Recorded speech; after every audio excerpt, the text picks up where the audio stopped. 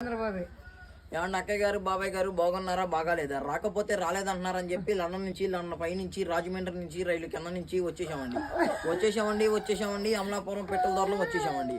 తప్పకుండా నా గన్ను పేలిపోతుందండి. ముందుకెళ్తే 3 కిలోమీటర్లు అండి, వెనక్కి 7 కిలోమీటర్లు అండి, పైకి వెళ్తే 10 కిలోమీటర్లు అండి. మరి నా గన్నుకి లైసెన్స్ లేదండి, నేను కాలితే కేసు లేదండి. మరి మా ఇంట్లో ఏప్రాలు దెబ్బలాడుకుంటే నా ప్రాలు పగిలిపోతున్నాయండి. మరి మా ఇంట్లో ఈ ఎంకులు దెబ్బలాడుకుంటే ఇటుకి రాళ్ళు పగిలిపోతున్నాయండి.